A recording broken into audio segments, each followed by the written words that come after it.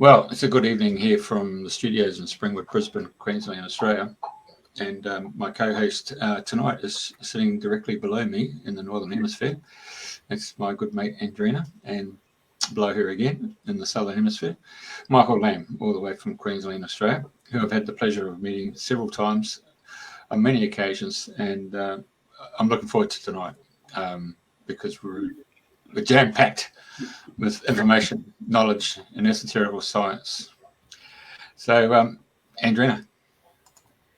Well, good morning, good afternoon, good evening, and hello wherever you are in the world, and welcome. And to our regular listeners around the planet.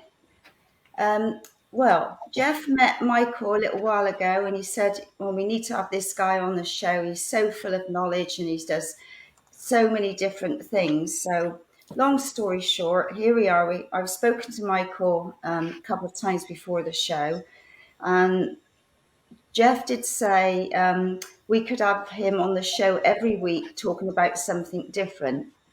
Well, we can't do that at the moment, so we're going to have a pick and mix of his talents today. So, Michael, would you like to share?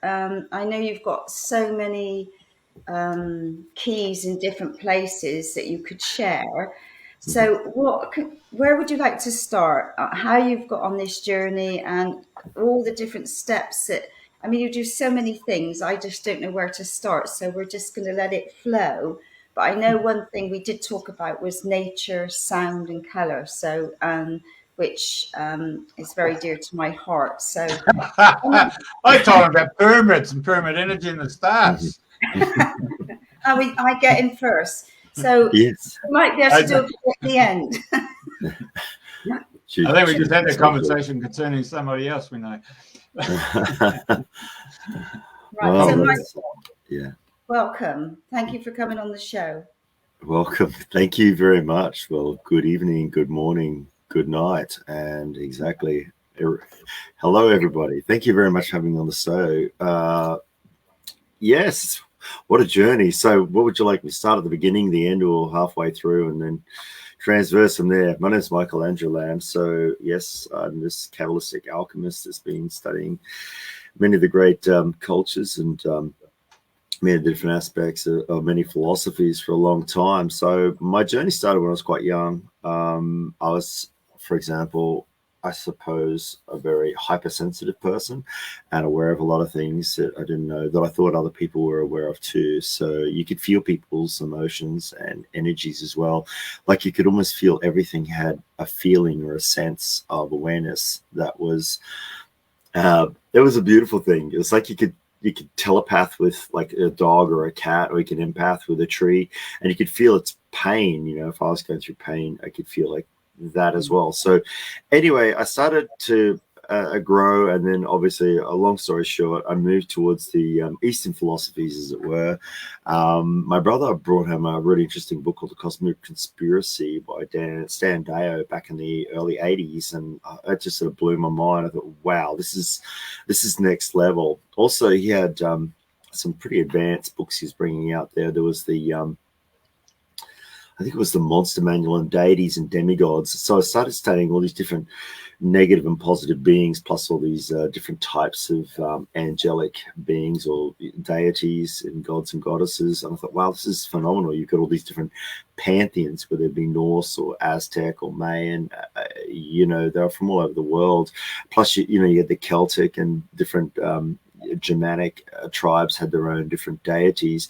It was interesting too, because things started to make sense. I didn't understand where the word Easter came from, whereas if you looked it up in the Northern European, they had a goddess called Estore, and instead of the chocolate bunny and the chocolate Easter egg, her symbol for spring was the egg, and obviously the bunny representing fertility, the bunny and the moon and everything like this. So breaking down these things, it was fantastic. It was not just like I was looking for study in the Eastern philosophies. As I say, I'll start with them. There was the Zen aspects and Taoism, plus there was the Japanese system I was studying. So Shintoism, the way of the deity is to find peace in oneself. So if you go through the Shinto shrine, at the end of the Shinto shrine, you go through these beautifully calm gardens, and there at the end is a mirror. So you're looking at the reflection of one's own self. So I was absolutely blown out by this. And obviously then, it was Hinduism, and then it was Islam, and then Judaism, and then finally back to the West it came. And that's where I thought, wow, it's a lot more hidden in the West. It's what we call occultism, which isn't like so much dark and sinister, but it's hidden. That's what the word occult means. Like the word pagan, it means people of the country, people of the green folk. They're simple. They love beautiful connection with nature, and also they have a connection to the stone monuments. So you have them all through Europe, obviously all over the world. But just for example, in southern England, you've got the great ley line there that runs through from like Old Sarum, is it? Then it goes through Cornwall to Avebury. Yeah, basically it does. I'm just trying to think. Stonehenge, Avebury, right through to Glastonbury Tor. So there's a lot of energy effects there. Obviously, you'll be very much aware of the crop circles and things like that. And they tried to disprove them with two, drunken blokes from the pub doing it with boards and that. And it's brilliant how they can do that. They can biolocate as well, so they're happening all over the planet. But the shapes are quite three-dimensional.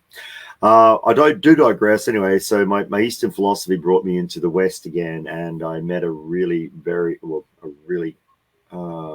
teacher who was British, and he'd studied under master as well, and he and his partner proceeded to teach like a healing, universal healing classes. That was called the School of Inner Knowledge back in, I think it was 86. I started attending the first classes. So I've still got the original books and all my original notes that I wrote down in those classes, and they're brilliant.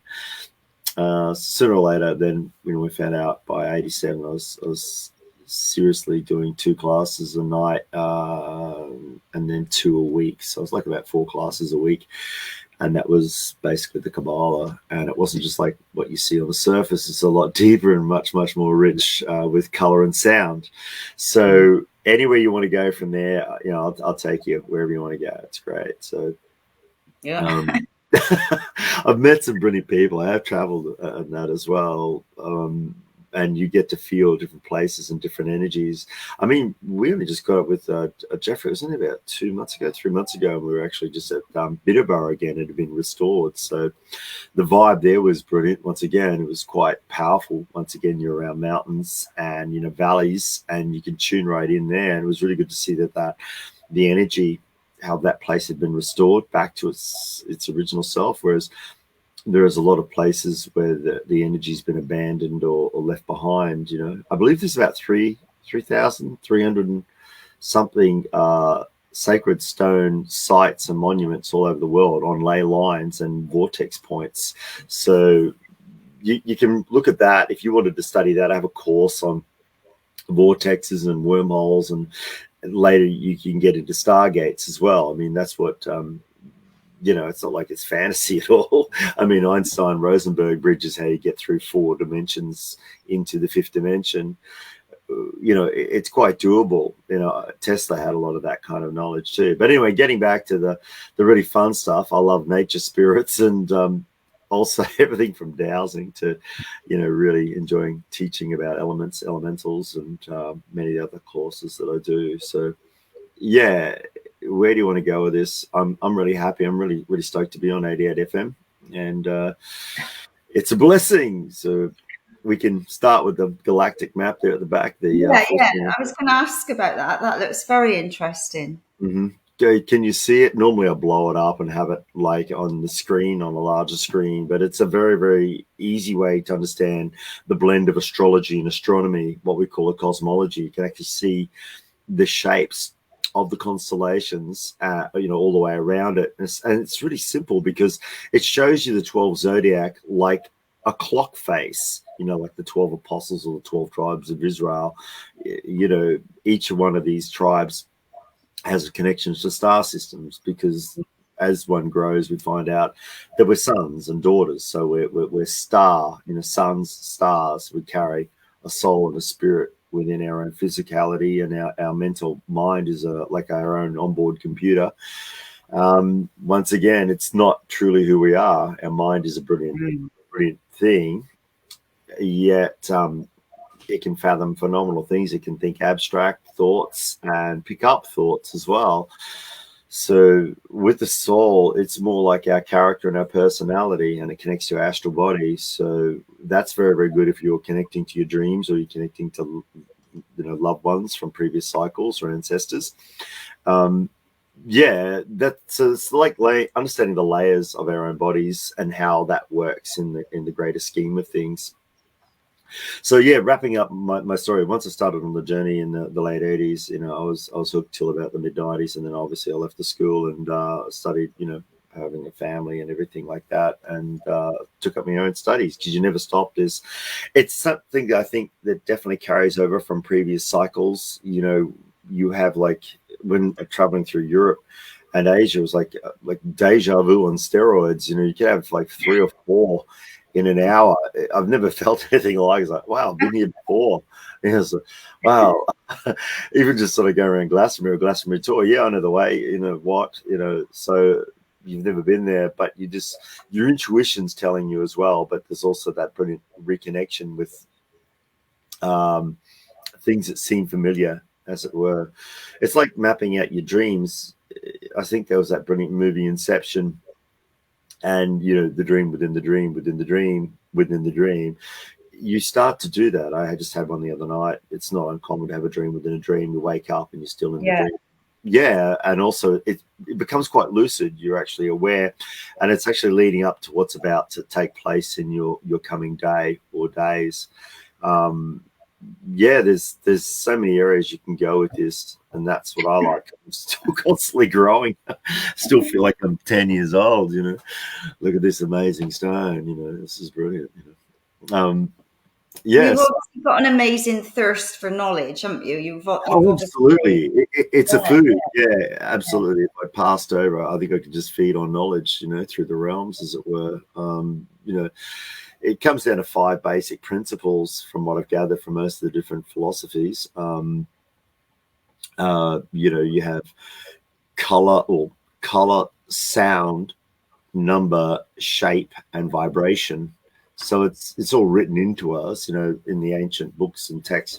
We created man in the image of ourselves. So, we're likened to images of the Platonic solids, for example, or images of things that are infinitely connected to us. What have we got? Like 100 trillion cells, and within each of those cells 100 trillion atoms. So you're a universe within your own self. So if you're meditating, you're going into the microcosm, you can explore your own layers and depths of your own being. You can project your consciousness to, like, the tips of your fingers, or you can move it down into your feet or inside. And I do teach these meditations, and also have, obviously CDs, and now I'm up to USBs, and I want to do the live streaming courses off my website, where you can teach around the world and show people how to project their consciousness, within themselves and outside themselves. Because it's ultimately, we're at the center of the universe. I know that sounds fantastic, but it's true. It's like we have 7 directions. We have north, south, east, west, up, down, and we have center, or the centaur. And when we start going to that, you're centered. You can move multi-directional, omnidirectional anywhere, because you're like compressed energy down to an infinite spark of life, like a sun. So even if I was doing a course on stars or planets, the first thing explain to people generally at the beginning of the class is, hi everybody, my name is Michael Lamb, and I talk really, really fast, so let me know if you need me to slow down, because it's like having multiple channels or multiple radio stations. You can just tune in, and particularly if you've cleaned your body and your auric energy field, your spine, I think it runs 7 main frequencies. So basically based on the old rainbow system. Once you've got all that happening, open channels, and you can access not just your main 7 chakras, you've got other chakras too. You got 8, the transpersonal, or you can go through the soles of your feet. That's what it's called, soles of your feet. It's really simple. when you know what you're looking at or what you're feeling or sensing into. So if you're sleeping with stones or, you know, books and that, and you're aware, you can download a lot of the energy as well. And the universe is infinite. So where do you want to go with this? Also, as one attunes, I want to, in my approach to life, actually tell or show people how that they can become infinitely connected to life. And also, as you start to attune and open your energy field, you will be presented with a lot of knowledge. And depending on your, let's say, spiritual maturity, they will take you. They are beings, and people say, oh, what, God? Well, we got heaps of gods. We have got infinite gods and goddesses. And you can look at them as extraterrestrials or diva, or you can look at them as jinn, or whichever way. But it all comes down to order within the universe. For example, I think the easiest way for me to explain energy is the sun and the moon. The sun creates infinite life force. It really does. It creates, I don't know, like 1 trillion tons of life force every nanosecond, from every blade of grass and through photosynthesis, every living thing. And also you have all the atmosphere, you know, all your storms and weather systems on this planet. Is absolutely phenomenal what it does. It's not random, it's intelligence. So it's a sun being. So basically you have dozens and dozens of cultures have these sun gods. So why wouldn't you look at, just like an invisible man, you look at, you know, consciousness. What's a light so bright you cannot look at it? It's the sun. So it's, our spirit is the same. Okay, we're like young suns or fallen angels or fallen cosmonauts, astronauts, whatever way you want to look at it, whichever way you stack it, that's who we are. And we go through cycles to wake up to who we have been, and we can access timelines down our ancestral line. You know, our blood's very important. That is life force, as it were. So once again, if you understand that we're sun beings and we have all these different cultures, we can access anything we need to know, like the Akashic Library. You know, it becomes natural. It's not something that's intangible or, you know, invisible, that doesn't exist. It's like, for example, the sun's rays, you know, light, color, sound, creation, the growth of trillions of trees and plants, plus every single living thing on this planet needs the sun in our solar system, which happens to be called a solar system, in harmony with the, I mean, you look at the Greek pantheon of gods and goddesses, or you could look at the, you know, Macedonian or the Aztec or the Norse or the Egyptian. Each of the gods and goddesses relate to the planets. For example, you know, Jupiter, you know, in Roman, you know, Latin is called Zeus. You know, so Zeus and Hera being Jupiter, plus all the, you know, the moons. Mars is Ares, you know, Venus is Aphrodite. They're all transpersonal. They can all be adapted, I suppose, so that you can sort of layer energy. You know, you get it. Oh, this is this type of energy. It's a feminine energy or a masculine energy with this type of flavor and this kind of sound and color frequency, as it were. So I hope that all starts to make sense. You know, Saturn, of course, is where the word Satan comes from, because Saturn's the you know, the reaper, what you know, what you do, what you sow, because controls karma, you know, which is a universal law. It's not unscientific. I mean, for example, Einstein and Tesla would say, you know, for every action there's a reaction, which is basically karma, same as, you know, whichever way you want to stack it, from whatever philosophy you want to roll from. It's interchangeable. So you understand that these planets have possibly what people say like a godlike energy or a powerful energy that dictates where we're going. But there's many different types of astrology and astronomy that you can access, you know, so you understand the movement. As you understand the stars and the planets, then you understand your own microcosm as well, because it's a reflection, you know, molecule to the, you know, the galaxy, as it were. Cool, eh? Fascinating, eh? You'll never be bored for the rest of your life. You're not kidding. Not kidding. Oh, they're the Pleiades. That's cool. Yes, fantastic. They're written about a lot in many, I think just about every culture in the world has something to do with the Pleiades. There are many different names as well, but they're very, very much written about, and they go back thousands of years too. So ancient names, those stars, in the constellation Taurus. Yeah. Mm. You're talking about you do things on Zoom. I know with this shutdown and all the carry-ons on, many people did things on Zoom, workshops, meditations, Yes. because they couldn't go anywhere. It was perfect for people to tune in. And I mean, now there's workshops and courses Zoom here everywhere, which is great. So it's like widening the field of people's learning and understanding, and Yes.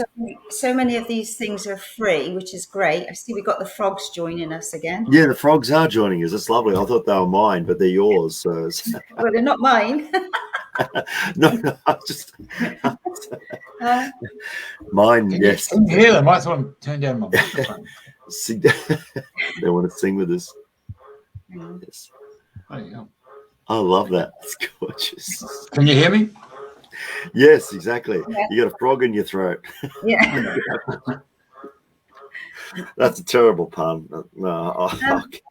So with all of your knowledge and wisdom and where you are now, what do you find people are wanting to know the most, or to find out the most, or to learn about themselves?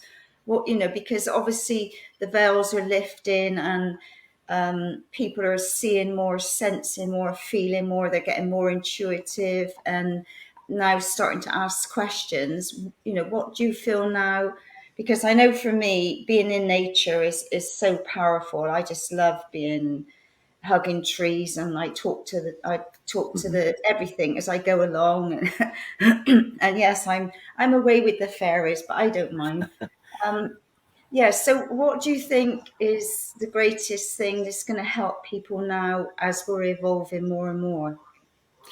I believe finding about themselves. So I think it's the balance of emotions, because basically every thought that we have and one has is connected to emotion. So thought creates emotion, emotion creates thought. So emotions are more to feeling, and thoughts are more to I suppose the air element, and feelings more to the water.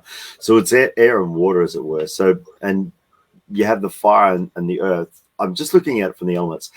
What I'm trying to say here is, I think people need to understand how emotions work, because we have a lot of things that go on this planet, whether they be really good or really, really bad.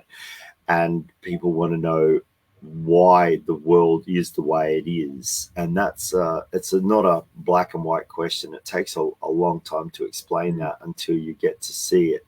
But there's certain things, as they say, or as old Jack Nicholson said, you can't handle the truth. So how far down the rabbit hole you want to go? And in the end, the rabbit hole becomes a dragon's cavern. And people, I feel, they ask me, they want to know, how can I access myself, or how can I remember my dreams, or how do I understand, for example, when I feel bad, how do I get out of this funk? What is it? Do I need to take this or need to take that? Yes, obviously, good diet, living in, keeping close to nature when you can. I mean, we have to live and work in amongst cities and towns, and socialize with other people, but we need to understand who we are at the outset of the day. Because if we're picking up thoughts, for example, I'll just give you an example. The average person is between 30 to 70,000 thoughts a day. It might sound ridiculous, but that's pretty damn close. If you look at everything from picking up your toothbrush in the morning to what you're going to wear, or whatever, the thoughts are phenomenal. But realizing which thoughts are your own as opposed to what you're picking up, because transmitters and receivers were also generators and batteries. So even our chakras, once we start working with them, they're electromagnetic transducers. Actually, they're a higher vibration than electromagnetism too. You're actually tapping into source field consciousness. So something like pranic, or mana, or what real energy, whichever way you look at it, like it's fifth dimensional consciousness energy that you tap. But people just want it. They want things simple. I mean, I do teach, beginners, intermediate, advanced, and my favorite aspect is, working with the high energy, but people want to get back to the basics. Getting back to the basics is good. You still need those basic aspects. If you can identify the negative emotions and the positive emotions, let's say, for example, roughly there's about 220 emotions, everything from frivolousness to negativity to laziness to positivity to confidence to ferociousness to drive, motivation. They're emotions. So if you look at it, it's the fifth element. 5 is E, energy in motion. That's what emotion is. It's like ego is energy going, and ego sort of comes with the with the spirit. So once you understand the makeup, I think some people need to know that, but get back to basics, understanding how you think and feel. That way you can checkmate it. Hey, I don't want to feel that. So learning to sense emotions is a beginning. You can go into the highest aspects of spirituality, but understanding how you think and feel so that you can pick up what is truth to you. For example, if any of us were to walk into a room and two people got an argument, let's say 5 minutes beforehand, we'd feel that. You would feel that. You'd know the tension in the room would be so thick you could cut it with a knife. So that's the beginning of understanding emotional perception. All right. And also your intuition before we actually got to that particular place with the people that had the argument, you'd be getting it through the solar plexus. That's why it's your soul body or your astral body wired into your spirit. It's not your mind feeling that. Okay. Get that? Does that make sense? It's really, really simple. But you would. Totally. Exactly. Yeah, exactly. And you need that balance. I'm going to say, okay, this is what's happened. Can I do anything to this situation? Maybe these two people needed to have this, argument to get it out or whatever. You still got to release it. I mean, even the gods get angry, and have a look at thunderbolt of lightning. Yeah, exactly, because it's a natural course. They just take a lot longer to get there, as it were. Whereas a lot of people have to understand about emotional triggers as well if they want to go this way. It's an infinite pathway, and you can stop off and just enjoy your life if that's what you want to do, which is what I do too. And I step off and just smell the roses, go to the beach, do these things, because it's not like you've got to be seriously dedicated and go to the ashram and get up and meditate. If that's what's working, fine. I'm not knocking any philosophy. I look at my life as I'm a part of every religion and philosophy, and I'm of none of it. That way I can be neutral, which is the pillar of Kabbalah. It's not like it's preaching a religion. It's just neutrality. You can go to negative, positive, masculine, feminine off there. You're just balancing the energies. Once again, it's like a radio dial. You're just tuning it in, and you can work with the most difficult people or the most difficult situations. And once you finish with it, you let it go. You wash it off, as it were. So I know it's a long-winded way to give you an answer to what people are mostly interested in, but that's the basics, that I look at. And yeah, I suppose people have they want to know answers to things. And it's, once again, how far down do you want to go? Because sometimes it's not a black and white thing, because then the depth of something, you're immediately going to be called a conspiracy theorist or something like that. And it's not like theory. I follow conspiracy facts or something like, hang on, why is that? People, if they want to question something, you still got to be able to function in the material world. You're still going to present yourself to family, friends, and, earn money, or create a business, or, whatever you want to do works with your life. It's got to be practical and workable for you in whatever system, society, or core unit you're working in. Does that make sense? Yeah, cool? Totally. Because I know, like, when you talk about thoughts, like we create our own reality, and a lot of people think, well, I didn't ask for this, and what have you. But if you sit quiet and think back about things, you realize, yeah, I've created this. But also, I know for me now, I'm aware of what I'm thinking, and thoughts are, whereas before you could do all the time. Yes, and yes. It's slowed right down now, so that you're more open to receiving communication. But I think we ought to talk a bit about nature and nature spirits. We'll leave a bit for the for the pyramids at the end. Yes, okay. But You yeah, okay with that, Jeffrey? That's all. he's on mute at the minute to cut the frogs out, so we're all right. Okay, good. All right, that's it. You cut the frogs. You're on fire. Okay. Yeah, Excuse me. so Mhm.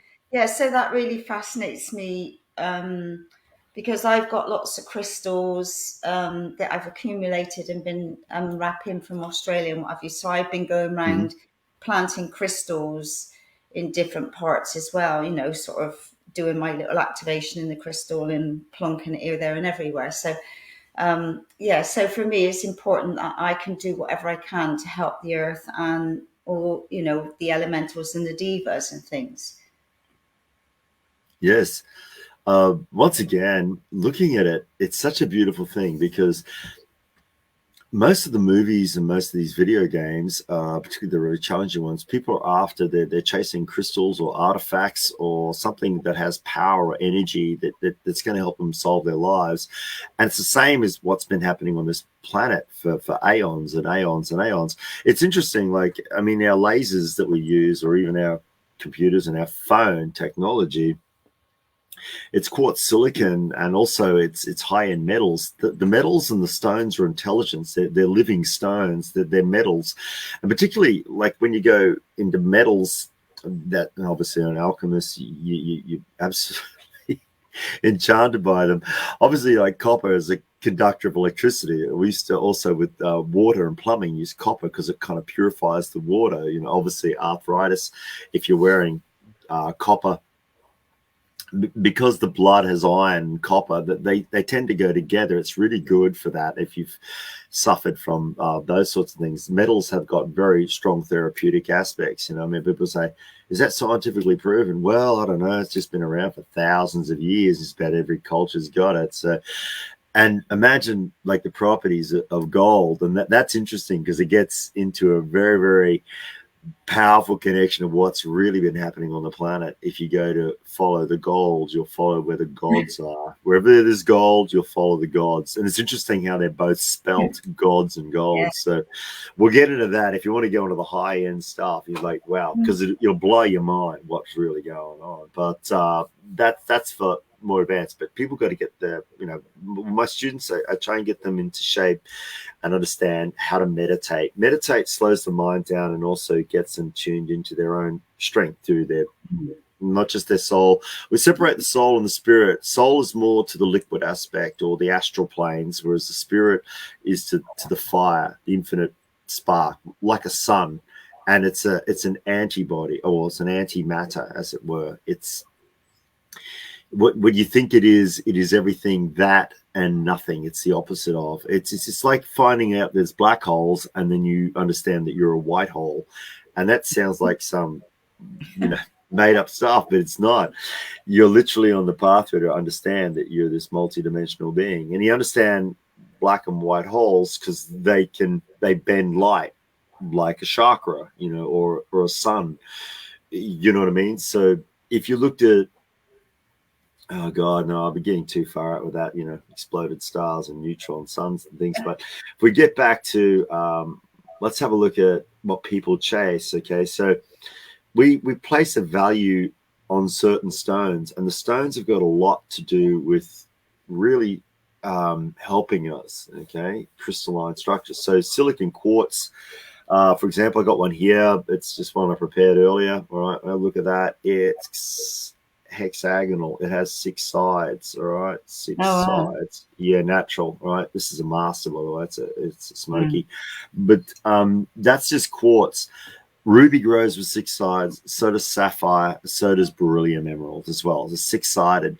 And the old computers, if you look at the master chip in the middle, it's 6-sided, like a hexagon. You know, so that's why it's Star of David. Blah blah blah. You can get into macabre meditations and all. The 6.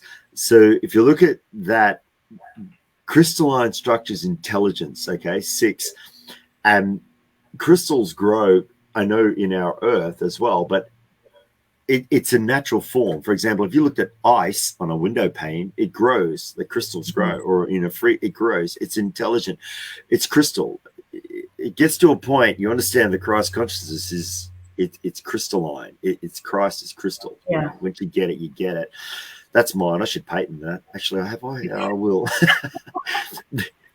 I don't care. I'm on this planet. I'm rich in knowledge. That's for sure. So yeah, exactly. Think and Grow Rich. That's a brilliant book. So think and grow rich, clear thought. Whereas if you're running a program or watching the lame stream or you're distracted, all your energy's going. Whereas you've got clear thought, any marketing guru or any person that motivational or spiritual mentor, whatever system they work with, it's the power of thought. Okay, you can overcome great things. So, and also you can use batteries and amplifiers. For example, we're using lithium ion. Once again, it's a combination of minerals. Before that, we had metal hydride, nickel cadmium. Nickel cadmium. They're elements. It's not like it's something magic. Well, it is when you put them together. They create a magic battery. So that it runs things. I mean, the old battery's lead. So once again, we're just talking about metals and stones. That's all it is, and we've got them all in our bodies anyway. It's phenomenal what we can do. And as I say, if you look at your calcium, you're running the periodic table through you, but we break it down into 5, like the 5-point star in your east, or you can do the 4-point star in the west, fire, air, earth, water, and ether, etheric energy being the 5th element, or metals in the Eastern philosophies. So they have fire, earth, wood, water, and metal. Okay, metals intelligence. So your high-end phones, for example, they don't run copper wiring through these, okay, because it'd just cook it. So you move up to silvers, golds, and then of course you move into the platinum group metals. That's why the platinum group metals are quite expensive. Platinum's not worth that much, but there's other platinum group metals that are worth a lot of money. People think golds, and there's palladium. You should see the properties of that. It'd blow your friggin' mind. They're superconductors. That's Lawrence Gardner's brilliant book, Lost Secrets of the Sacred Ark, Masonic secrets and things like this. Blow your mind. Once again, as I say, it's just all metals and stones, the combination. I mean, the original record players, it's a diamond stylus picking up sound of a vinyl record. It's not like the electricity's doing. Electricity's just running it. You don't need much power, but the diamond is intelligence. Hence why I suppose they're so expensive. Or maybe that's De Beers, Holden, whatever. South Africa. Oh my gosh. Well, let's not get into all that. So once again, there's different ways of looking at the Platonic solids and the elemental charts as well, the periodic tables. So you're looking at everything in nature is intelligence and has to be there for a reason. I mean, this planet is phenomenal. I mean, the absolute massiveness of life forms and diversities, and that's only a fraction of our lifetime, what we're seeing. I mean, a lot of it's been hidden in the past, but we've had just about every kind of species of animals you can imagine.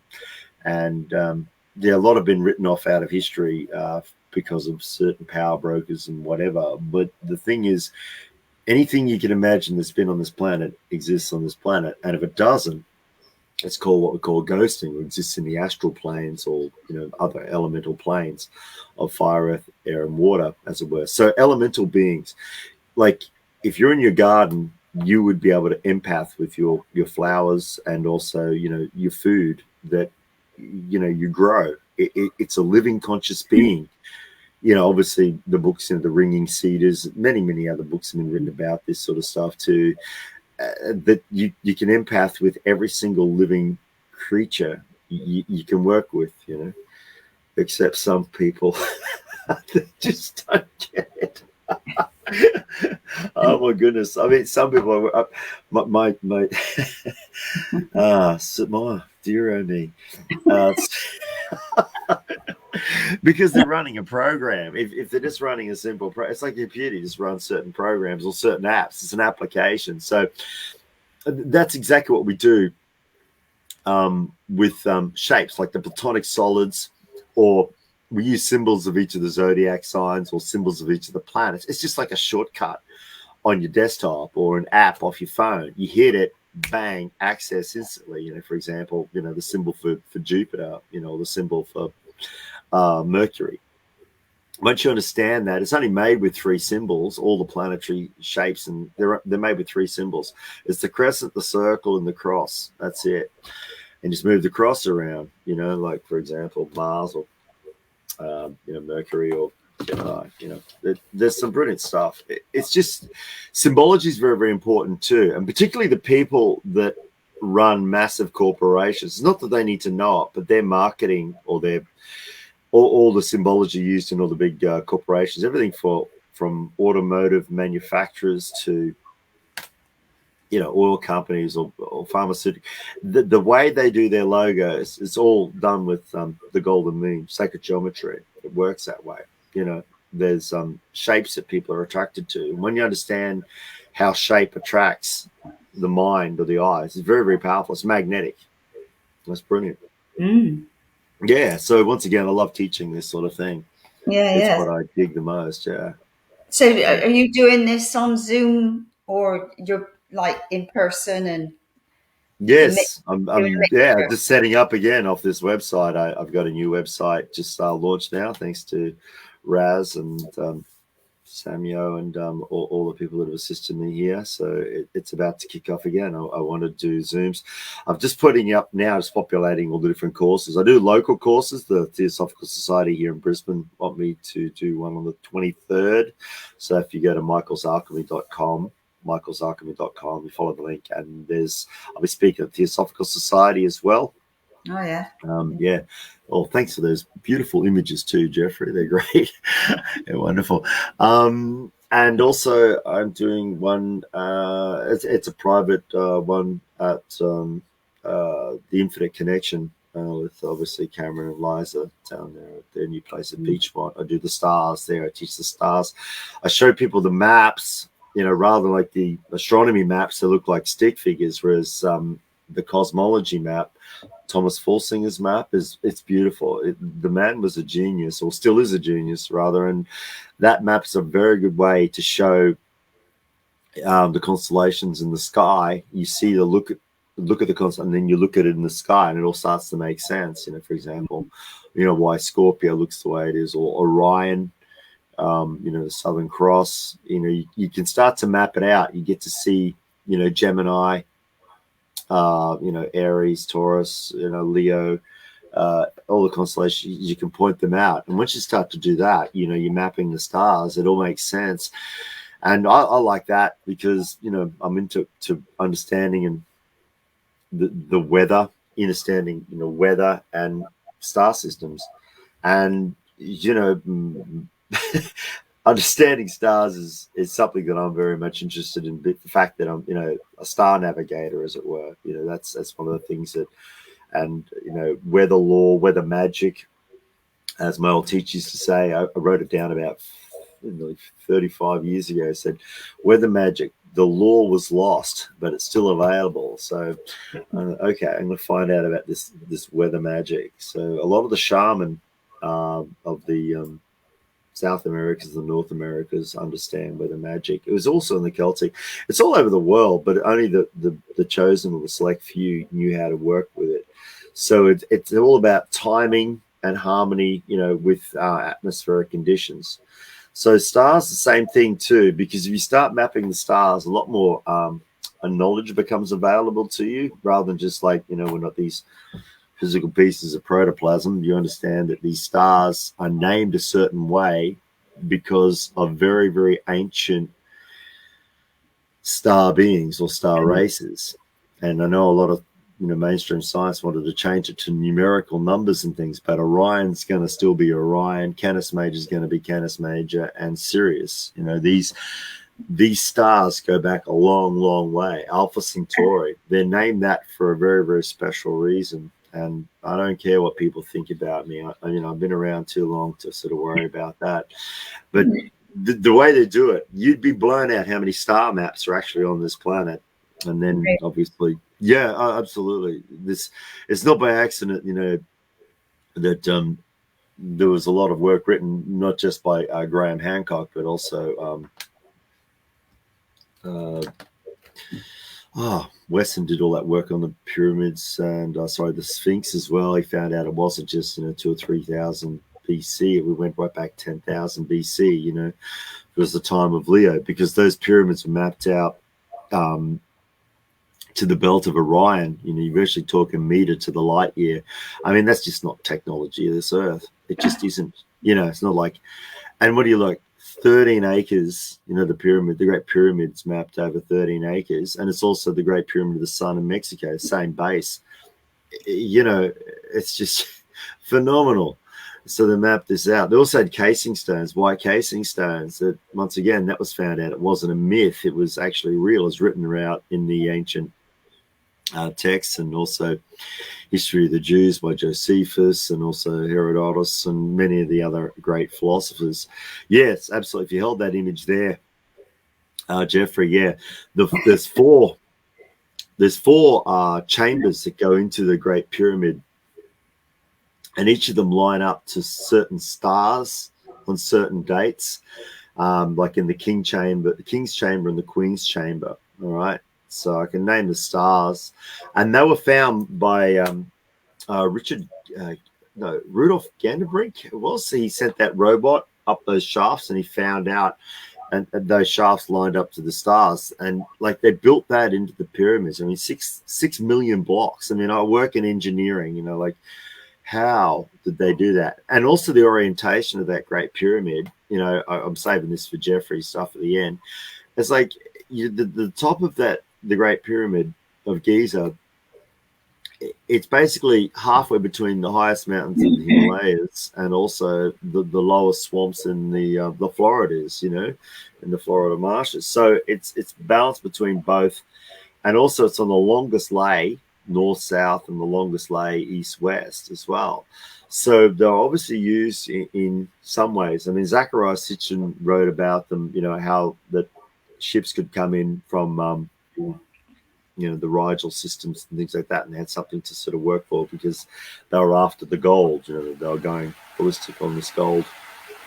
But the Egyptian pyramids, okay, mapped out to the star system or the constellation Orion, you know, may the gods strike me down if I'm lying, because that's the truth. And it's actually, we're finding them across the planet as well. They're in Mexico. And when you look at them, like actually on a grid system, they look like a power board, you know, like, you know, yeah, like in the old computer, they look like the controller card or the video card or the sound card when you sort of see it, the way they map it out. Anyway, plenty of pictures and eye candy for that I put together in the courses. Yeah, it's phenomenal. And also the engineering feat, it's like that whole base, that pyramid, it's not even out by half an inch. That's just like 12 and a half millimeters. Yeah, over 13 acres. It's phenomenal. It's like something that an optician would get with a lens. And we're finding these pyramids all over the world. They're in Indonesia, you know, like Borobudur. You have them in Samaria, you know, Mesopotamia, which is obviously Iran and Iraq. Really interesting names too, by the way. You have them in Chichen Itza, all through South America. They're finding them in China, blah, blah, blah. To build it the way they say, they had these engineering companies. I saw a lot of docos on this. And for them to build the pyramids the way they say, I mean, the ramp would be 5 kilometers long, you know. And they show you these pictures of these slaves building them, rolling them up, logs. They're the healthiest looking slaves I've ever seen, you know. So, what? You know, it just doesn't make sense. Whereas if you got to loop it back, have a look at the stuff that was going on at the turn of this century. And it was particularly a lot of Tesla's work, you know, that free energy work. When you start getting into that, well, there are obviously power brokers that don't want that kind of knowledge to come out. But you know, most of the sacred sites are usually built with granite or sandstone or limestone. And I'm talking everything from the cathedrals to, you know, Stonehenge to, you know, Baalbek and whatever. So what's the mineral content of these stones? I mean, so Baalbek has got a lintel there. It's 1,200 tons. I work with massive cranes. I work with them. It's like, how do you move that? It doesn't make sense the way they say they're put together, you know. So we're finding things out. So stones are intelligent. So you can run lasers, you can play music, you can create audio, sound, and frequency with crystal bowls, metal bowls, whatever. Okay, strings, vibrations, and things. Shape's important, Stratocaster guitar, Fender Strat or a Gibson or a Stradivarius violin or a Steinway piano. That shape of the timbre has a timbre. So you virtually put it down, it's still vibrating. So if you understand how vibration works, that's how you can communicate, with stone and timber. And the stone and timber creates back with us, as it were. We're made of the same minerals. So yeah, it begs to differ. That's just a teaser, Jeffrey. We're getting to this bit. Yeah. We'll get back, mate. We'll get back there. It's all right. So good. Right. Oh, okay. Yeah, the belt of Orion. Yes. Jeffrey, did you want to talk about any other things before we get back to the elementals? We'll get back to the elementals. Yeah. So the role and purpose of those Platonic solids, particularly the pyramids. I mean, yes. When we start looking at all the different shapes, like for example, the Eskimos and their igloos, to the Mongolians and their yurts, to yes, American Red Indians with their conical teepees. That's right. To the Western man, to a square and rectangle. Pyramid seems to be foremost function all around the planet, isn't it? Yes, it is. Actually, there was a lot of research that came out in the 90s and 2000s from all places, the Russians. Oh gosh, Gary, I can't remember all the knowledge that was coming out, but they found out, they did studies, all right, that where pyramids grow, it deflects a lot of negative energy. It actually makes oil better. It deflects storms and earthquakes. Now, there's whole books and volumes. This isn't just fantasy. This is actually written and put together by a lot of the scientists. Once, perestroika glasnost happened, the Iron Curtain fell down. They had a lot of scientists in Russia who was doing this research. Some of them have been obviously, imprisoned in that, by Stalin, way back in the 50s and that, but others continued this research. And what pyramids do is absolutely phenomenal. They attract a lot of right energy and light energy. It's just volumes of knowledge contained in that shape. Now you have different types of pyramids. Obviously we'll try and get to that. In this interview this evening, and it depends on the angle. I believe it'd be good to have my PowerPoint here. I could just sort of show you like the angle on the Great Pyramid, for example, is 51 degrees. It's actually a decimal fraction of that, but that particular angle, it almost like it refracts light. It creates almost like the rainbow effect. I think it's around the 51, 52 degrees. If you get that angle, it creates light, for example. And also with your step pyramids, the number of steps is really important because it creates like a capacitor. They're fantastic, or giant capacitors and transmitters of energy. You also have the Bosnian pyramids and things. See, some of the pyramids are actual just natural mountains. Yeah, the stats. Look at the stats on that. It looks like a capacitor or like a battery source. Now, there's a lot of research that was done. I think it was back in the 60s. I think the U.S. Air Force was looking. They were trying to track natural electromagnetic anomalies. On this planet, we have a lot of interesting places where we have massive, electromagnetic storms or time storms. Say, for example, the Bermuda Triangle or the Devil's Triangle. Also, they were finding out that a lot of these round towers, like your Irish round towers, you get them in Ireland and all through Great Britain, all over Europe, particularly in northern Italy and Austria. These round towers actually are creating this incredible or phenomenal. It's not just electromagnetic, but it creates a higher frequency of electromagnetic spectrum.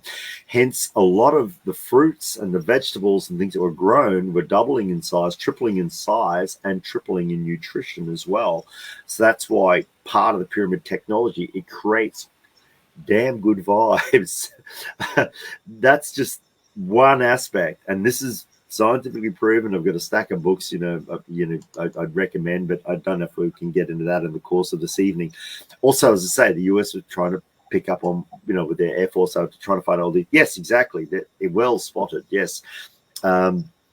These phenomenal anomalies. Yeah, it's phenomenal, like beams of light, like it's attracted. It's a natural attractor. The Master Masons did it with a lot of the cities. Is a really good a YouTube video you should see, hidden in plain sight. It's about 3.5 hours. Like all the major cities, well, not all the major cities, but a lot of them are mapped out with, the hex or the tree of life, or the pyramid shapes or triangular shapes. Because they're a natural attractor, because light and energy attracts to what? The simplest shapes, like the Platonic solids, as it were. It grows. I mean, look here. This is a fluorite. It grows in an octahedron, like a pyramid, back to back. It's not like I've shaped that. It naturally grows. It's dozens of them. I love these things. Wow, look at that. It's a shape, because it's the way things reflect in nature, from the cosmos to the microcosm. It is. Here's a bigger one. This is just one. Now, not all, but I'd say the majority of all these things map out to these shapes. There's some brilliant lecturers on those. All right, it's a sample. It's intelligent design. Pyrite is cubo-octahedron. This is, I remember I got this when I was younger, not this particular specimen, but look, it grows in shape. Wow. There's no straight, it's not supposed to be straight lines in nature. Well, there is, all right? There are straight lines, because exactly, they grow to crystalline structure, because crystalline structure is intelligent. So if you looked at every ice crystal or snow, they're all different and they're all unique. It's like where gold and silver, they grow like trees and branches. Obviously, they get broken up alluvially, when they roll down into the rivers and so on and so forth. But they grow to structure, as it were, intelligent structure. I mean, you see a lot of stuff that's just sort of broken up and randomized. But if you actually looked at it in its true crystalline form, it will reflect things. It's the same with plants in nature. For example, most of your flowers, 5-point star, 5-point, from a frangipani to a hibiscus, for example, it's 5-point geometry, because it's showing you the fifth the way through, 4, then 5, 4, then 5, 5 is the fifth element. Even the number 5, the way that letter or that numeric aspect is, the shape of all those letters, it's like people think they were invented on this planet. They're universal. They're a universal symbol. You can communicate with half a dozen ETs from different places, and you put that symbol, that they get it. It's called in masonry, squaring the circle with 5. I'd love to show you on a board, but I'll do a proper demonstration with that. Yeah, look, 5 is the number. It's the transitional number. 1, 2, 3, 4, 5 is your microcosm going into your macrocosm. Anyway, you can see that in tarot and whatever you want to look at. But what I'm trying to say with the crystalline structure, the 5 Platonic solids, it's like if you centered them in the torus field. Have I got my little toys here? No, I didn't bring them.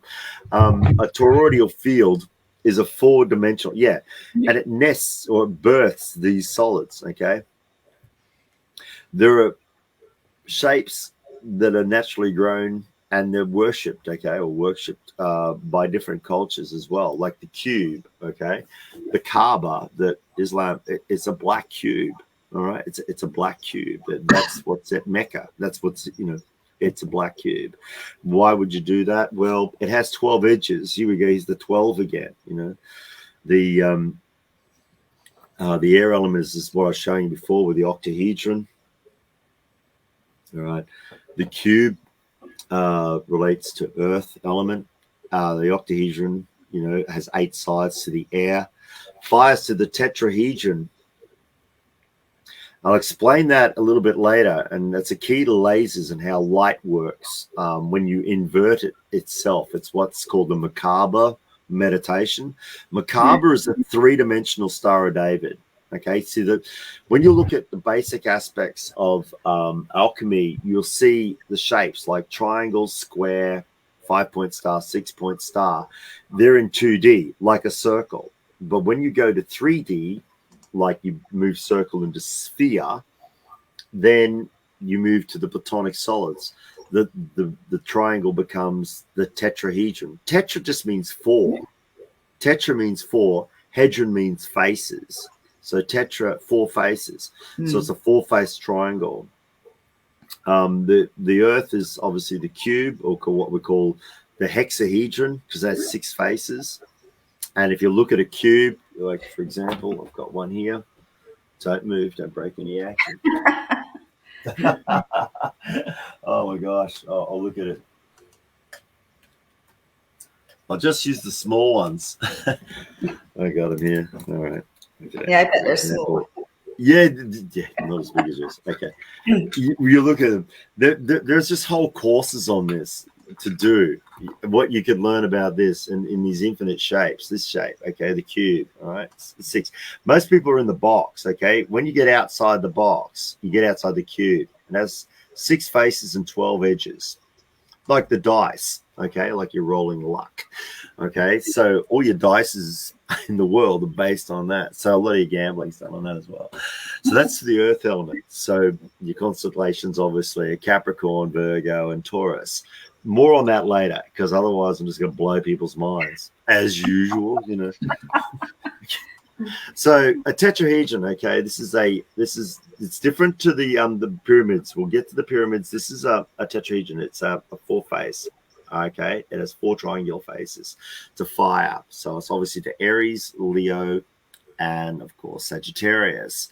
And the energy associated with that, I'll tell you more about later, but that's the fire element. But once again, you need to understand what you're looking at first, but we'll get to it. With water, you have what's called the icosahedron. If you can understand this, you can understand the Bermuda Triangle. I'm not kidding how it works. And also all the ley lines on the planet, okay? The icosahedron and its inversion, the dodecahedron. So icosa is 20, okay? In the old Macedonian Greek, okay? Icosa is 20-sided, okay? And dodeca is the spirit, okay? It's 12. It's a 3-dimensional pentagram, or 3-dimensional 5-point star. With this, you put them together. There's a map called the Becker-Hagen's map. And with that, you see where all the ley lines are. We have powerful vortexes. And it's not like that's made up. Like the Bermuda Triangle, there's probably over 3,000 people have disappeared through there. That's just up to about 2012. The amount of ships, aircraft, I'm not just talking commercial, we're talking military aircraft, you know. And there's 12 of these vortexes on the planet. 12. One in Antarctica, one in the Arctic. Okay, Arctic, Antarctic, then you have Bermuda Triangle, Devil's Triangle, and there's another 8 as well. But we'll get in more of that later. Once again, if you want to get into electromagnetics and time storms and, you know, time travel and all that, you know, you can track back down to the Philadelphia experiment and things like that. But if you want to get back to the simple things like in nature, like plants, okay, they still form geometry. And understanding the Fibonacci sequence, you'll see that in a sunflower, so in geometry. But once again, my friend Jane 108, he teaches a lot of that. He does brilliant courses on that. He's been getting me to sort of, you know, Michael, get out and do this stuff. You're really going to do it. So once again, that was a crash course in the Platonic solids. And I'm just trying to jump, you know, I'm hyper jumping or quantum jumping through realms very, very quickly. But those crystalline structures, the Platonic solids is like nested in the toroidal field. It's like the torus nests it. So a torus is a 4-dimensional sphere. It's like if we moved our planet around the sun and it left like a track, okay? It's a toroidal field, the torus. It's like a donut, basically. It's a donut shape. And with that, our planet has the same. You have a north pole and a south pole. It creates electromagnetics that way. Hence you have the northern lights, you know, aurora borealis, because they're magnetic storms. And also in the Arctic, we have the aurora australis, I think it is. Yeah, corona australis, aurora australis. So they're magnetic light fields and frequencies that you're seeing. It's the same shape as an apple. You know why, you know, so many monks and that look at an apple? Because it's not just a sphere. It has like a stem and a base, okay? So it has a top and a bottom. It's the same as like the way a baby's born. These are shapes, once you understand them, it's the keys to everything. Yes, well spotted, electromagnetic field of the heart. So if your heart's open, you're creating a toroidal field, not just like a circle or a sphere. You're creating a four-dimensional sphere that breathes. And right at the heart, you virtually create the 5 Platonic solids in shape, as it were. You know, you can relate them to different chakra systems, you know, or the 5 vowels, or whichever way the language of light is, it's built into us, it's encoded, you know. Whichever way you stack it, like you can crack all the grids. You know, even where if you looked at where Stonehenge or Avery is on the planet, or you went to the pyramids of the South Americas, they will be at one stage lined up to certain star systems, and also what we call ley lines, or you know, different cultures call them different things. I mean, I think they're called song lines in Australia. They're called fairy lines in Ireland. You know, holy lines in Germany. The lines of Hermes in Greece. They call them dragon lines. Long May in China, and different, you know, Cantonese language. Where do you want to go on the planet? They've got a name for it. All right, these magnetic lines. And obviously, if you're into dowsing, I mean, some of the toughest skeptics I know are farmers, but they still dowse. You know, they use the old dowse because, you know, they can find water and things like that. So you've got natural springs.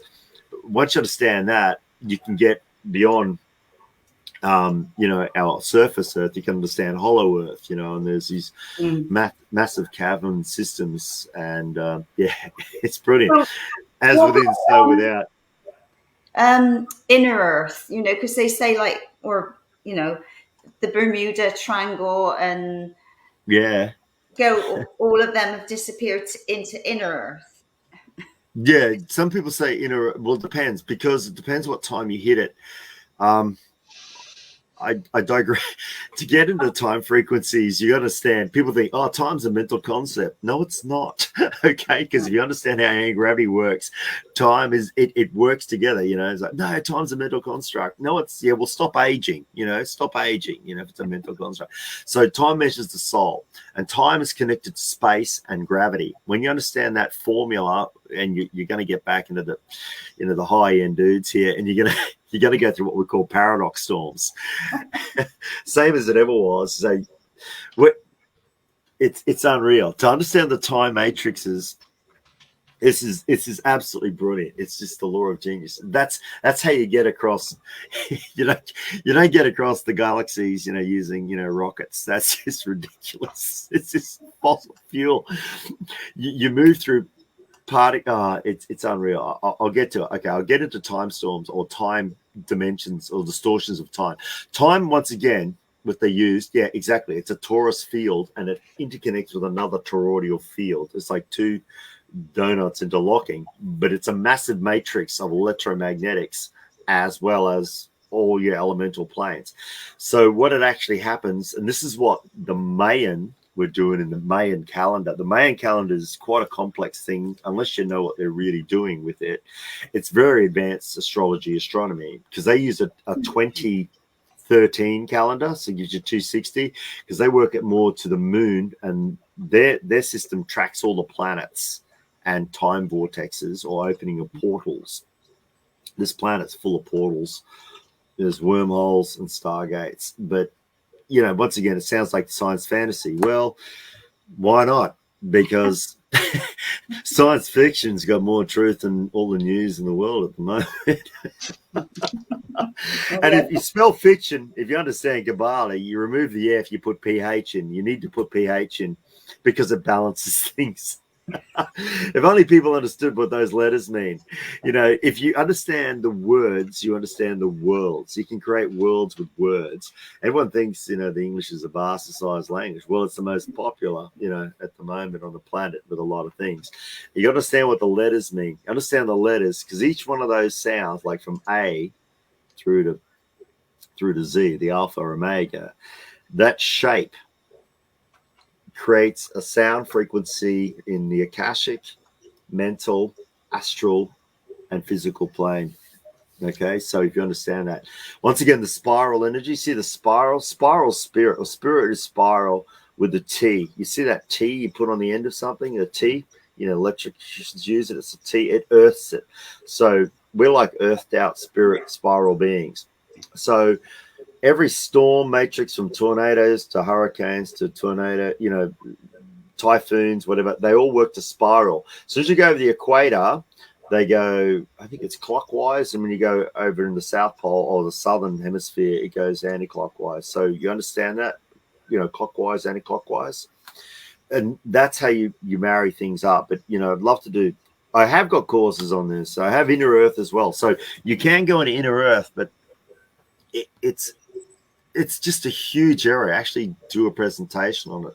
A brilliant man by the name of Bill Donovan, he was an astrophysicist, gave me this knowledge. He said, look, you should be doing this because you can explain it better than any scientist. So I'm sure scientists can explain it better, but, it doesn't get out of the universe. It sort of gets capped. But, being the physicist, the chemist, the biochemist, if you understand spiral, spin, it's like how water recalibrates itself in nature. You go into nature and you hear the sound of water. It's very, very calming because it recalibrates itself. So, there's spins and currents in the air, atmosphere. All right. So therefore, you're understanding weather and law, because weather, they were starting to manipulate weather back in the 60s. It was, during the American Vietnam War. They were starting to work out how to seed storms, as it were, and keep them going. Obviously, they've got HARP now, which is obviously a Tesla.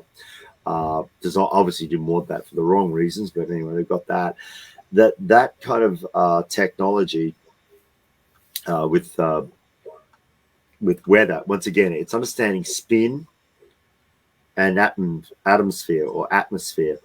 So as above, so below. So everything you see on the surface exists on the inside as well, which I was trying to say before. So Hollow Earth is a really big kettle of ballparks and fish. I don't care how I talk.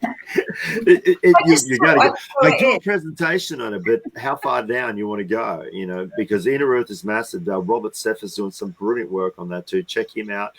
I can't even get near the amount of videos that guy's been putting out on that sort of work, and it's reported in just about every culture about the Inner Earth. You can go to the Hopi, they talk about the ant people and Inner Earth dragons.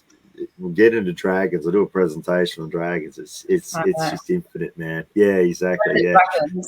Yeah. Well, the dinosaurs and the dragons. The word dinosaur has only been around about 150, 160 years. And you know what it means? Big, terrible lizard, big lizard, terrible lizard. But before that, you know what the word was? Dragons. And they're in every culture on the planet. You go whatever you want. They'll have dragons.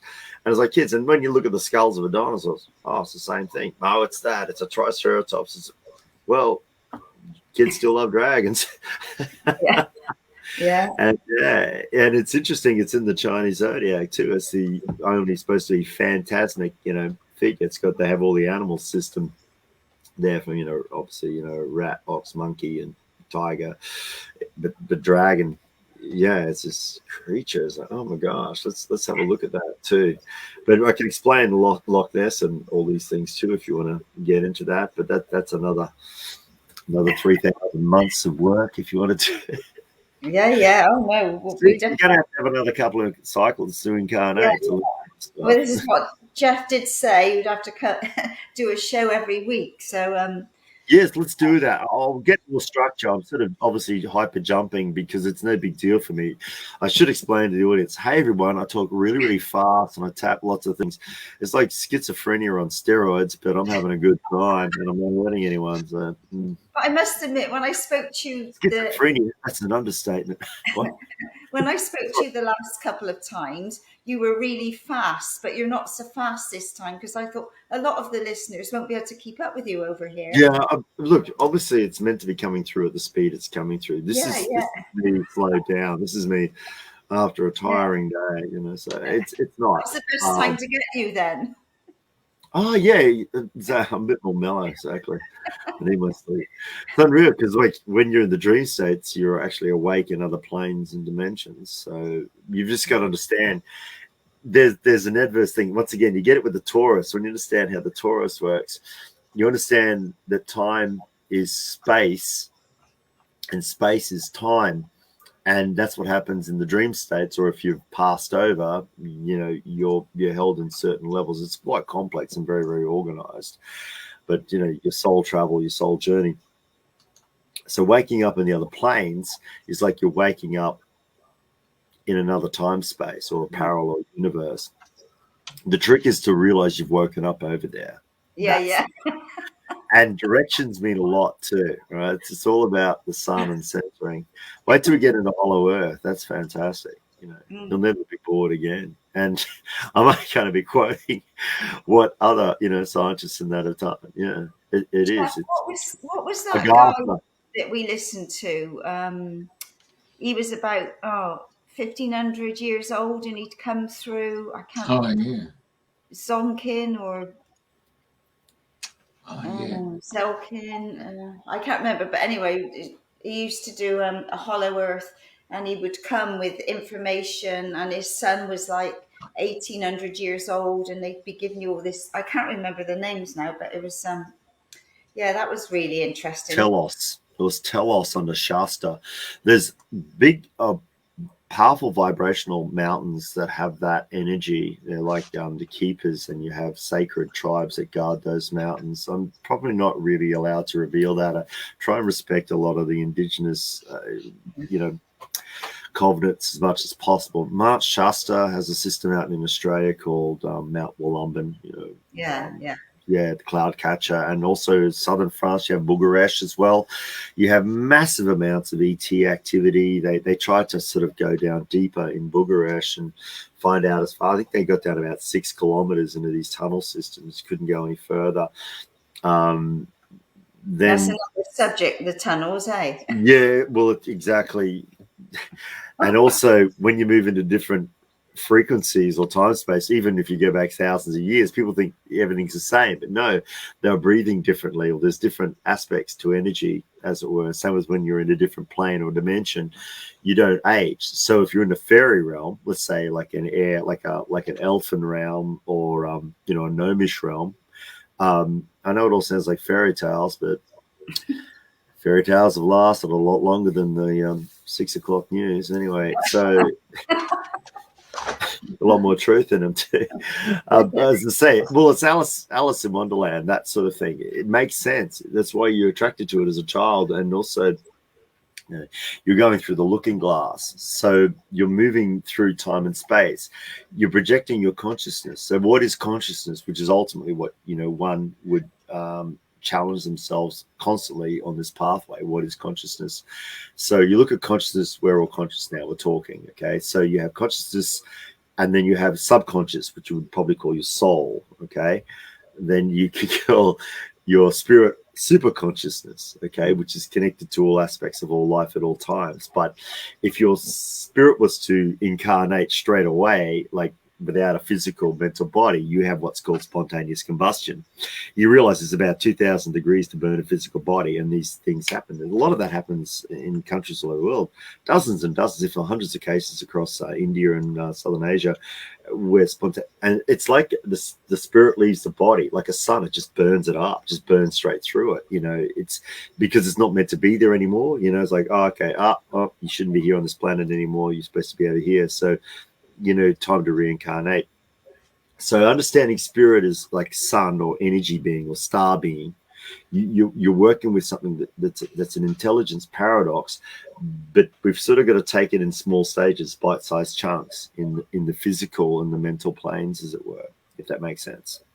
Yeah. That's starting to make sense. So whatever realm. So if you, once again, getting back to the fairy realm, if you're in the fairy realm, and this has been documented all through Europe and Asia and Ireland and all over the world, people have gone into a fairy ring and they've disappeared, and they've come back hundreds of years later. No one else is around, because when you go into another sphere or dimension, time and space is altered.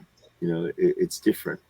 It doesn't work that way. And how do you access these? But when you have ley lines, or these magnetic lines of force operating at certain times or a planetary lineup, it amplifies that energy. Like, obviously the moon is an amplifier of energy, dragging the tides in and out. Every time you have a full moon, I'm sure many of the police officers and the nurses and the doctors could tell you have a lot more activity happening on the planet, with people losing their mind, as it were, because you have a lot more magnetism or a lot more liquid energy happening.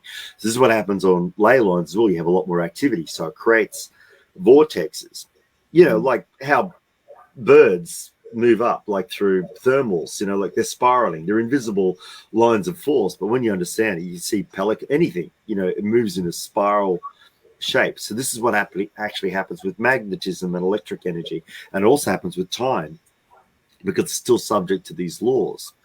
And this is what, greats like Tesla and Victor Schauberger and, dozens and dozens and dozens of others that had worked out. But it just doesn't get consumed by the mainstream, because they'd rather, tell you about, I don't know, which celebrity got drunk or, exposed or doesn't agree with their agenda. Sort Went of to a party. Yeah, exactly. Yeah, I'm still vomiting from it. Yes. Yeah. Mainstream. Yeah. And I think I shared with you talking about the birds, like when I first moved down here to Dorset, when I was parking the car and all the birds were coming over, and I thought, wow, this is my welcoming committee. This is amazing. Alfred Hitchcock. Yeah. Oh yeah, birds.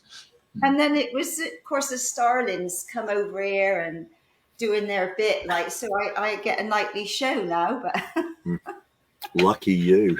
yeah, I love it.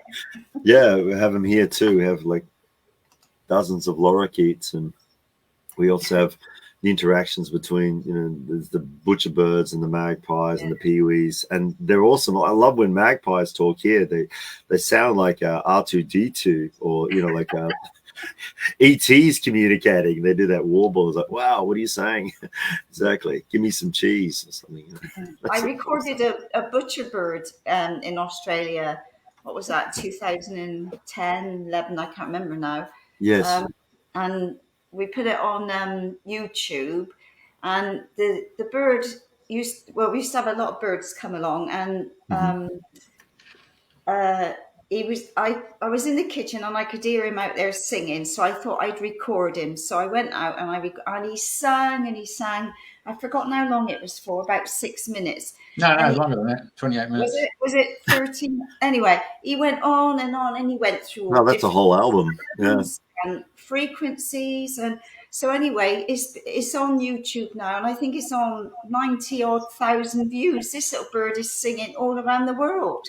Oh wow, getting it out. Yeah, I'll send you the link. But butcher birds outside my window. Yeah, they wake up in the morning right when my alarm is 444. They wake up and they do this song. I know it sounds like I made that up, but that's what happens. So life is crazier than you could possibly imagine. It's absolutely brilliant. And once again, the avian kingdom is huge in the cultures around the world. The connection with birds and just about every single tribe and philosophy is absolutely gargantuan. The eagle. How many symbols, how many flags, how many crests, how many emblems have the eagle, the lion, the lion? We have all the different animals and such, but the avian kingdom is quite huge, and then the rebirth of the phoenix. You have infinite knowledge. As I say, there's a book out there, Return of the Bird Tribes, as well. As I said, you can go to North America, South America. You can go to the Celts, whatever, they put the feather in the cap and, the headdresses. You go to New Guinea, anywhere in the world. I couldn't even name all the places how important, bird headdress and adornment is. It's powerful. So the avian kingdom is, definitely alive and well, and it goes right back to the ancient cultures. They do have that connection with the birds, and, depends which culture. In Atlantean and Egyptian, you have Thoth, the ibis-headed god, and once again, you have the falcon-headed Horus. That is huge, so much. Sacred bird of Kronos, the father of the Titans, or the king of the Titans, the father of the new gods. The sacred bird is the crow, Crow is very sacred in the Americas as well. I just can't even cover all the cultures and whatever bird kingdom, but the bird tribe is very, very strong. That avian, it's part of the Kundalini process. So I will do that course very, very soon. If people want to do it, please sign up. My name is Michael Lamb. You can get me at michaelsalchemy.com or email me at michaelsalchemy@gmail.com. And we'll put I've got the courses there. Just haven't sort of activated. I used to drag all the gear around and everything and talk about this stuff. I've been doing it a long time. And yeah, when you start to talk about it, it's the key to the Kundalini, because you have all the two dragons, or the bird and the serpent, as it were, as they dance, the crisscrosses. That's the key to the caduceus. So it can answer a lot. And once again, you don't have to believe a word I say, but once you start to see what symbols mean and how powerful they are in cultures across the world, you get to understand you become infinite in your consciousness, and therefore you chase and you find the philosopher's stone, which is, of course, immortality. Okay, you get to survive death, as it were, which is what is being said in a lot of the papyruses that A.E. Budge and so many of the others did. So, yeah, you don't believe a word I say to you, prove it to yourself. I'm just here for the good times and the non-stop classic rock hits of the 70s, 80s, 90s, and the noughties. Somebody put a message up. I saw it quickly saying about the crickets that sing like angels, and I meant to say to Jeff, put that on. And you've obviously heard that where they sing like a choir of angels. Absolutely phenomenal. That's yes. And I remember going to a talk in Bath with my sister years ago, and I can't remember the guy's name, but he talked about. He played the bird song, and then he slowed it down, and it was the whales, and then he played the whales and speeded it up, and it was the birds. It was just amazing, Wow, that blows my mind. Yet, you think you're always learning. That's phenomenal. Yeah, that is absolutely brilliant, because, as I say, that's what I say about the time and space aspect. Well, we have time here becomes inverse, it becomes space over in the dream or the parallel realms when we pass over, and vice versa. So, yeah, I've always been intrigued by time and that matrix and space. And space is supposed to be emptiness, nothingness, but that's not right. It's full of living bacteria. It has consciousness in it, ether. Yeah, no, it's amazing. I caught on this Netflix show several weeks ago, and it was a Sunday night, and I watched about 5 episodes. Before you know it, it was 2:00 in the morning. You know how you sort of think, oh, do I stay and watch another one? I thought, no, I got to go to work next morning. So come Monday, I got up early and I watched one, and then in the afternoon, evening, I watched another 6, and I thought, should I watch 12 of these episodes? It's only one season. So I jumped on and I found there was 63 shows. That's with actors, but the CGI is incredible. It's actually in Mandarin and with English subtitles. And so I got hooked. And it's a fantastic show based on Chinese philosophy and spirituality. And it's called Ashes of Love. And it talks about the 6 kingdoms. So there's heaven. And then you talked about the bird kingdom. That's the reason I brought it up. So it's got the bird kingdom. And then it has the flora fauna kingdom. Yeah, and then it has the water kingdom. And then it has the demon kingdom. And then it has the mortal kingdom. Yes. And these people in heaven, they're immortals. And they have a primordial spirit that comes with them. So they can drop into any one of those kingdoms. And when they do come into the mortal kingdom, if they want to, they can transform into their particular spirit, or they can take a human form, which they are in heaven. And they can also cloak themselves so they can walk amongst people and do things, But yes, the most amazing part of the show was where instead of living they live for hundreds of thousands of years, but they could speed up their own personal development by working with the astrologer. And then they come through in a portal, and then they get reincarnated as a human, mortal, without any awareness of their immortality. and they come to learn the 7 deadly sins of humanity. And then in that process, it might be 80 years in this mortal world, but in the immortal world in heaven, it's only 3 days for them. Yeah. Yes. And so they go through this 80 I'm very years familiar with this concept. human existence, and then boom, they kick the bucket, and then and we got their immortality back, and think, thank you for the lessons I've just learned. So they've just speeded up their own development. Yes, exactly. That's right. It's like a lot of things we can talk about passing out of the journey of souls. Phenomenal. Amazing, phenomenal thing. You'd be surprised. There'd be a lot of that remnants in a lot of cultures around the world that those that keep the knowledge or have it doesn't seem to get given out to those until they're ready. But you could do that from probably the Norse or even the Russian, and I'm sure it's there in parts of the ancient origines of Japan and all over the world here in the Americas and things like this, where you can move into other planes and dimensions, or you come from a higher plane. I show this. It was actually done. I have like maps to show you how planes and dimensions work and how to access these things. And as I say, even just off the top of our heads, you could say, there's heaven and there's hell, and then there's the abyss, and then there's the twin paradises, there's pandemonium, there's limbo, there's Tartarus, there's nirvana, all these different planes and dimensions. Because when one is studying and meditating, under really good teachers, you can access etheric planes, astral planes, monastic planes, Buddhic planes. This isn't just like average new age. This is like full tilt. You access, so the vibration and the spin speed of your consciousness changes to that particular plane to access it. It's like having a swipe card or a retina scan or a thumbprint scan. It just gets you access.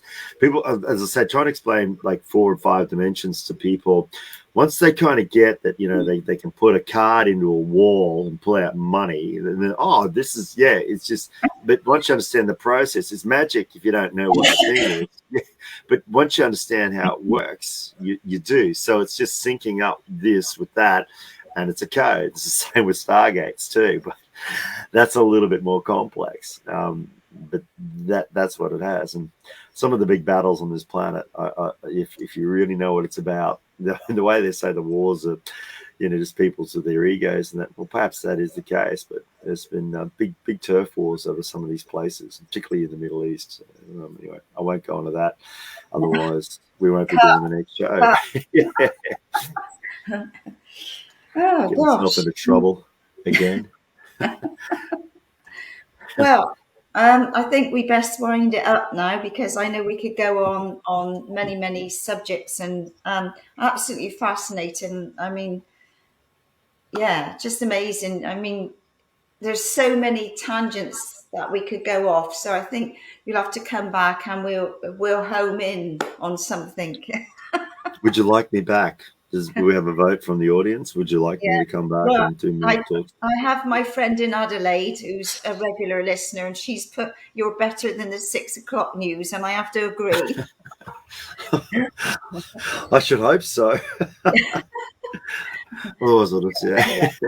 Yes, that's fantastic. Yes, we'd love to have you back to share more knowledge. Yeah, thank you. Yeah, this is my destiny. I definitely need to get this out before I step off this plane, in this physical form. So yeah, cool. So if people want me to come back, I'd love to. It's what I love doing. And thank you so much for having me, Jeffrey. And it's been a pleasure.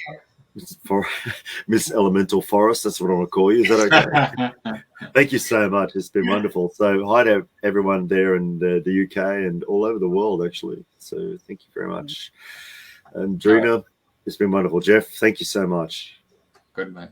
Okay. So we'll come back. You set up the subjects and we'll do it, and I'll set it up with my course if people want to learn and study online. That's what I do. Thank you. Okay. Hang on a sec. We got all these people saying thank you. We go with it. Put it up. Yeah. So maybe if people want to put what they would like you to talk about, what comes up the most, and we'll see what the listeners want really to home in on, and we'll take it from there, eh? Yeah. So I've probably got about 40 or 50 courses there ready to go. I just shape them and scope them. Yeah, but I'm not. I'll just promote them. Well, not promote them on the show. I'll go into it, and people, if they're interested, then we can go that way. Exactly. They get a coffee cup and a T-shirt. They get to play for the lounge suite and the holiday. Okay. Hang on a second. There's no comment now. Hang on. They're all coming in now. Hang on a second. We'll say thank you.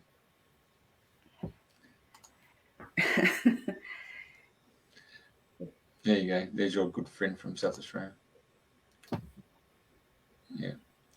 I was just doing this to let people know that we appreciate them. No, thank you so much. It's been wonderful. It's good. I can just get off my leash for a while and just, run, do my spiritual jog, as it were. Okay. All right. Love you. Great. Thank you. Thank you very much. Thank you, everybody. Okay. Thank you, Michael. Thank you, Jeff.